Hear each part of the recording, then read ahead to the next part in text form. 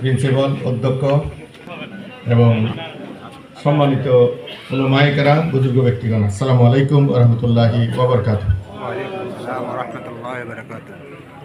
আমার আসলে একটু প্রোগ্রামটাতে আসতেই যাচ্ছিলাম না, মানে আমার ওই যে মাগরিবের পরে রাস্তাটা খুব বিজি থাকে, তো অন্য টাইমে হলে আমি হয়তো আরও কিছু ঘন্টাখানেক এখানে পরে রওনা করলেও সমস্যা হতো না।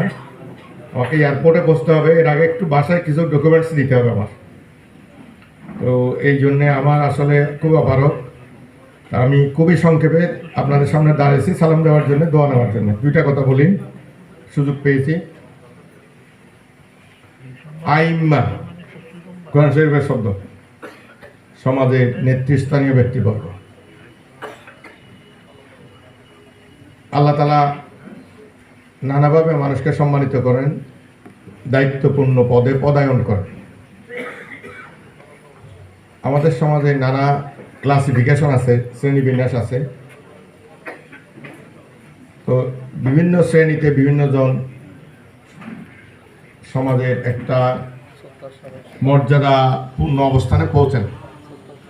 কেউ জনগণের ভোট নির্বাচিত হয়ে মেম্বার চেয়ারম্যান হন, কেউ পাড়ার লোকেরা মিলে সর্দার বানায় হয়, পরবর্তী পর্যায়ে হ্যান্ডমাস্টার হয়, কেউ একটা মাদ্রাসা শিক্ষক হিসেবে সিলেক্ট হয়, পরবর্তী পর্যায়ে প্রিন্সিপাল হয়, কেউ গভর্নিং বডির দেখা যায় যে সভাপতি হয়েছে, সদস্য হয়েছে। এইভাবে নানানভাবে মানুষ সম্মানিত হয়, মানুষের দৃষ্টিতে আসে। তো আজকে আলহামদুলিল্লাহ আমি এখানে যতটুকু আমার নলেজে এসেছে, আপনারা এরকম দাঁতমারা ইউনিয়নের এবং আশপাশ এলাকার আপনারা আইম্মা অর্থাৎ এরকম গুরুত্বপূর্ণ নেতৃস্থানীয় ব্যক্তিরা এখানে উপস্থিত হয়েছেন। আপনাদের উদ্দেশ্যে দুটা কথা বলি। প্রথম কথা হচ্ছে, আমরা জাতীয় জীবনে একটা বড় ধরনের গণ অভ্যুত্থান, অনেক রক্তপাত, অনেক শাহাদাত, অনেক পঙ্গুত্ব, অনেক আহত, অনেক ক্ষতি ভিতর দিয়ে আমরা এই পরিবর্তনে পৌঁছেছি। এই পরিবর্তনের আগে আমাদের কি অবস্থা ছিল আমি আপনাদের সামনে আসতে পারিনি। পত্রিকাগুলো সঠিক তথ্য দিতে পারত না। ফেসবুকে কেউ লিখলে তাকে গুম করে ফেলত। কেউ ব্যবসা করেছে,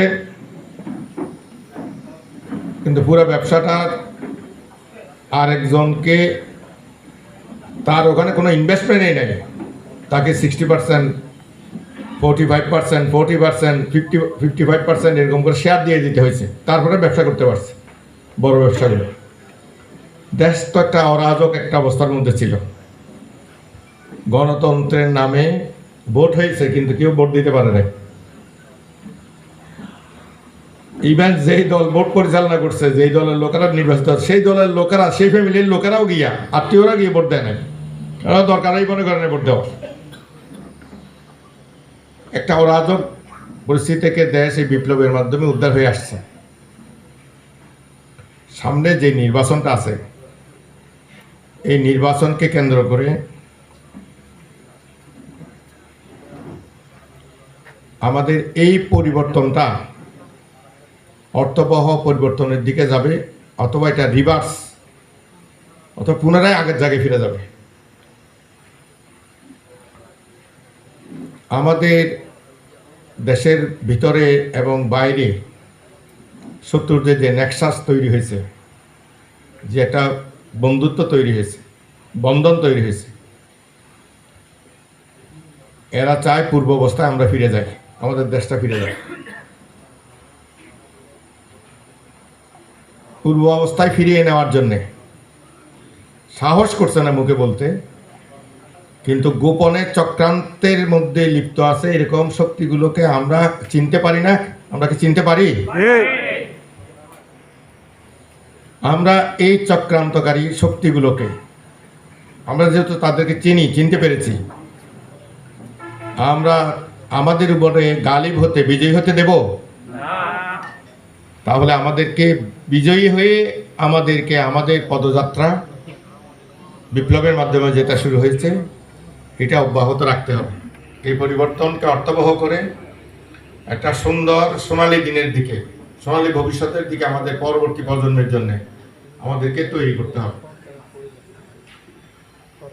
তো এই সূত্র আপনার পাশেই আছে, আপনার ঘরের ভিতরেই আছে, আপনার দেশের ভিতরে বিভিন্ন সেক্টরের ভিতরেই আছে। এদের সাথে আবার ইন্টারন্যাশনাল বিভিন্ন শক্তির সাথে কানেকশন আছে, এবং এরা স্বপ্ন দেখছে এটা পুরো জিনিসটাকে আপসেট করে ফেলবে, চেঞ্জ করে ফেলবে। এই জন্য এটাকে শুধুমাত্র একটা নির্বাচন মনে করবেন না, এটা আমাদের জাতির, আমরা আমাদের দেশ কাশ্মীর হোক আমরা চাই না, সিকিম হোক চাই না, হায়দ্রাবাদ হোক চাই না, আমরা এটা আরেকটা ফিলিস্তিন হোক চাই না।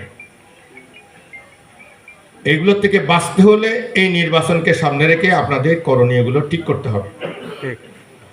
এই জনমতটা তৈরি করার দায়িত্বটা আপনারা যারা আইম্মা এখানে এসেছেন আপনাদেরকে এই জনমত তৈরি করতে হবে।